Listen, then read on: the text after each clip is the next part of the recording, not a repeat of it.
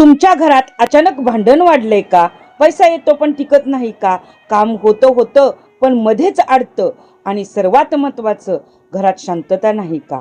तर श्रोते हो, कदाचित तुमच्या घरातून कुलदेवी कुलदेवतांची कृपा कमी होत आहे. होय, आजचा विषय खूप गंभीर आहे. कुलाच्या शक्ती कधी निघून जातात आणि त्या पाठीमागची 7 मोठी कारणं मी आज तुम्हाला तेच या व्हिडिओमध्ये सविस्तर सांगणार आहे. कृपया शेवटपर्यंत व्हिडिओ नक्की पहा. नमस्कार श्रोते हो, आपण पाहत आहात व्यंकटेश ज्योतिष. आपल्या कुलाच्या शक्ती, कुलदेवी, कुलदेवता आणि पितर हे आपल्या आयुष्याचे अदृश्य रक्षक असतात. ते आपल्याला संकटातून वाचवतात, योग्य मार्ग दाखवतात आणि घरात सुख समृद्धी आणतात. पण आपण नकळत काही अशा चुका करतो ज्यामुळे ह्या शक्ती नाराज होतात आणि आपल्याला सोडून जातात. कुलाच्या शक्ती म्हणजे काय? चला आधी समजून घेऊया. कुलाच्या शक्ती कोणत्या असतात? पहिली म्हणजे कुलदेवी, आपल्या कुटुंबाची मुख्य रक्षक, सुख समृद्धी देणारी. कुलदेवता, मार्गदर्शक आणि संरक्षण करणारा देव. पितर, आपल्या पूर्वजांची शक्ती जी आपल्याला आशीर्वाद देते. कुलभैरव, कुलाचे रक्षण करणारा शक्तिशाली देव. कुलयोगिनी, 64 योगिनी ज्या आपल्या कुलाचे सूक्ष्म रक्षण करतात. या सर्व शक्ती एकत्र येऊन आपल्या घराला सुरक्षित ठेवतात. पहिल्यांदा बघूया की ह्या शक्ती कशामुळे नाराज होतात. तर कुलदेवी आणि कुलदेवतेचा अपमान. आजची पिढी अनेकदा आपल्या कुलदेवी आणि कुलदेवतेला विसरली आहे. नावही माहिती नसते, पूजा करत नाहीत, जात नाहीत ते दर्शनाला. ही सर्वात मोठी चूक आहे. वर्षातून एकदा तरी आपल्या कुलदेवी आणि कुलदेवतेच्या ठिकाणी दर्शनाला गेले पाहिजे. आणि ज्यामुळे जिथे देवाचा आदर नाही तिथे देवांची कृपाही राहत नाही. त्यामुळे कुलदेवी आणि कुलदेवता आपल्यावर नाराज होतात.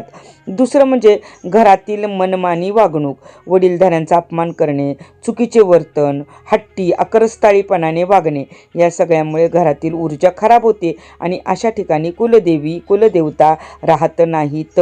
दिवा आणि नैवेद्य याकडे दुर्लक्ष. घरात रोज दिवा लावला जात नाही, नवरात्रीसारख्या प्रसंगी देवीची पूजा होत नाही, तर कुलाच्या शक्ती हळूहळू तुमच्यापासून दूर जातात. छोट्या गोष्टीच मोठा फरक करतात. चौथा म्हणजे शुभ कार्यात प्रथम नैवेद्य न दाखवणे.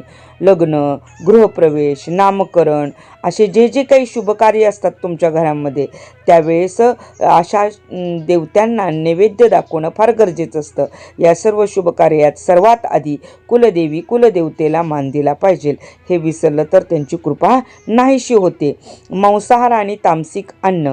जर तुमची कुलदेवी सात्विक असेल आणि घरात मांसाहार सतत चालू असेल तर त्या शक्ती नाराज होतात. कुलाच्या परंपरेप्रमाणे वागणं खूप महत्त्वाचं आहे. 6वं म्हणजे स्त्रियांचा अपमान.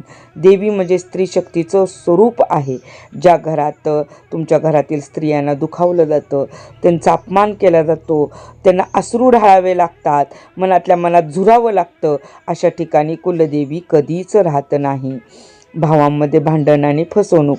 घरामध्ये भांडण, वाद, कपट. जिथे प्रेम नाही तिथे देव राहत नाही. कुलाच्या शक्तींना प्रेम आणि एकता फार आवडते.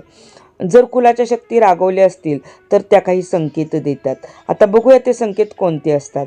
घरात तुमच्या सतत भांडणं होणं, पैसा न टिकणं, आजारपण वाढणं, कामामध्ये अडथळे येणं, सतत कामामध्ये अडथळे येणं, कुठलंच काम सक्सेस न होणं, मुलांना सुख मिळत नाही, कुटुंबात प्रेम कमी होते, पिढ्यानपिढ्यामध्ये वैर, समस्या, हे सर्व संकेत तुमच्या कुलाच्या शक्ती तुमच्यावर रागवल्या आहेत असे दिसून येते. आता सर्वात महत्त्वाचा भाग बघूया, यावरचे उपाय काय आहेत.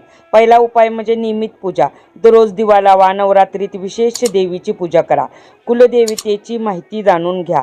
त्यांचे नाव, कथा, मंदिर कोठे आहे, कसे जायचे ते जाणून घ्या आणि वर्षातून सहकुटुंब सहपरिवार एकदा तरी कुलदेवतेची सेवा करायला, तिचा मानपान करायला जाऊन या. सात्विक जीवनशैली. शुद्ध अन्न, पवित्रता ठेवा. स्त्रियांचा सन्मान. घरातील महिलांचा कायम आदर करा. त्यांना तुमच्या घरामध्ये अश्रू ढाळू देऊ नका.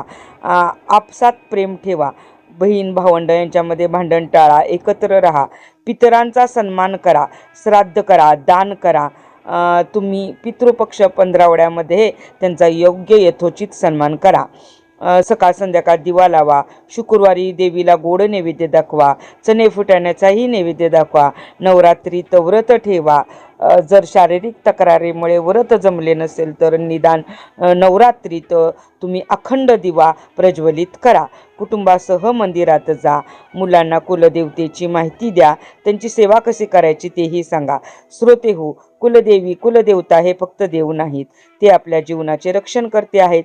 जर तुम्ही आजपासून हे नियम पाळले तर नक्कीच तुमच्या घरात सुख, शांती आणि समृद्धी येईल. जर तुम्हाला हा व्हिडिओ आवडला असेल, ही माहिती उपयुक्त वाटली असेल तर कमेंटमध्ये जय मा कुलदेवी असे जरूर लिहा किंवा कुलदेवता प्रसन्न असे जरूर लिहा. व्हिडिओ आवडला असेल तर लाईक करा, आपल्या कुटुंबामध्ये शेअर करा आणि व्यंकटेश ज्योतिष या माझ्या चॅनेलला जरूर सबस्क्राईब करा. आणि पुढच्या भागात मी सांगणार आहे कुलदेवी प्रसन्न करण्यासाठी 21 दिवसांचे खास उपाय. तो व्हिडिओ चुकवू नका.